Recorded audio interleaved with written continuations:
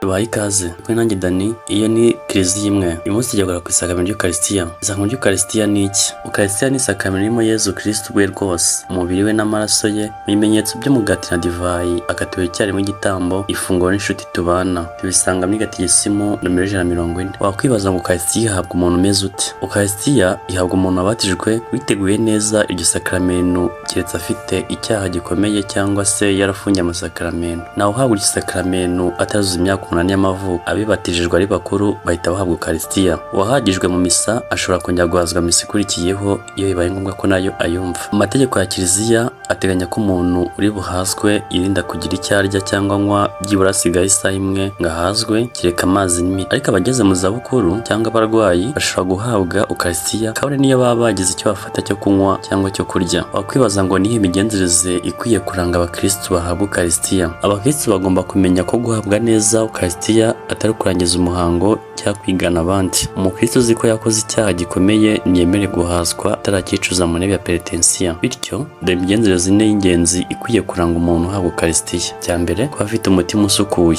utarangwaho icyaha. Cya kabiri, kwitegura ku mubiri no ku mutima bijyanye no kwicisha bugufi. Cya gatatu, guhabwa Ukaristiya mu cyubahiro yizera ko ari Yezu ubwe ahawe. Cya kane, kurangwa n'urukundo n'ubumwe n'abandi nyuma yo kuyakira. Uburyo bwo guhazwa ni ubuhe? Uburyo bwo guhazwa ni bubiri, ari ku kiganza no ku rurimi. Ubu buryo bwombi burareshya. Umuntu ashobora guhazwa ahagaze cyangwa apfukamye, ariko ku buryo nawe ukwiye kwibwira ko by'ubu ari bwo bwonyine bwubaha Yezu kurusha ubundi. Wakwibaza ngo ese guhazwa umubiri n'amaraso bya Kristo icyarimwe biremeye ku mukristo? Yego biremewe, ariko aho bishoboka. Urugero ni nk'abagira misa yabo yo gushyingirwa, hari umwiherero, abahimbaza bibire yabo n'abandi bari ahantu bakeya. Amategeko ya liturujia ateganya ko uburyo bubiri bushobora gukoreshwa mu guhazwa umubiri n'amaraso byombi, ari ukunywera ku nkongoro cyangwa se gukoza hostia mu nkongoro. Ariko ubwinshi bw'abakristo bukaba butatwemerera bose guhazwa umubiri n'amaraso bya Kristo icyarimwe. Gusa rero ni ngombwa cyane kumva ko igihe uha umubiri wa Kristo uhawe Kristo ku buryo bwuzuye. Umukristo akumva ko kudahazwa ku nkongoro atari uguhazwa igice. Ni ikihe cyubahiro umukristo akwiye kugenera Ukaristiya? Buri mukristo agomba kubaha Ukaristiya ntagatifu, kwihabwa kenshi kandi neza,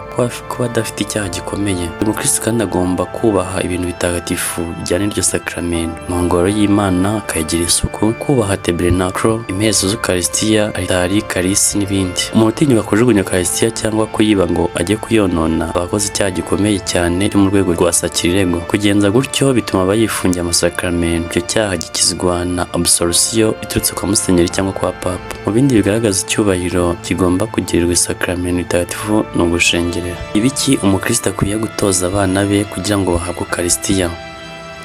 Umukristo akwiye gutoza umwana we gusenga no gukunda Imana, kumenya ko Ukaristiya ari umubiri wa Yezu, gusaba imbabazi no kwirega, kwitabira misa no kwitonda, no gukunda abandi kugira ngo yitegure guhabwa Ukaristiya bwa mbere. Kandi abana bitegura guhabwa Ukaristiya ya mbere bagomba kwitegura neza.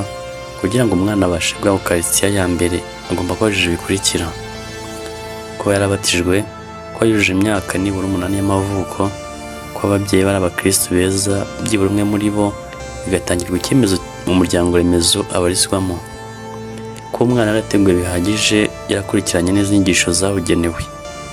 Inyigisho zitangwa kuva mu kwezi kwa 9 kugeza mu kwa 6 k'umwaka ukurikiraho. Guhabwa penetensiya mbere y'uko ayihabwa. Umwishingizi parrain cyangwa marraine agomba kuba ari umukristo mwiza wahawe icyemezo cy'umuryango remezo.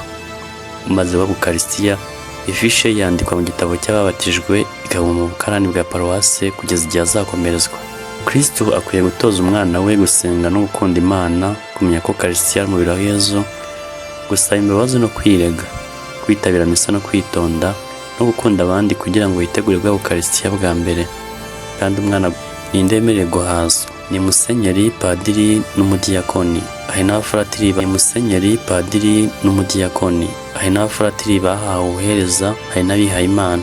Hari none abo twita abagabozi b'Ukaristiya batoranwa mu bakristo barangwa n'imico myiza b'inyangamugayo. Umwepiskopi abaha uburenganzira bwo gufasha abapadiri guhaza misa igihe abakristo ari benshi. Ubwo burenganzira butangwa ku giti cy'umuntu, ntibuhererekanywa.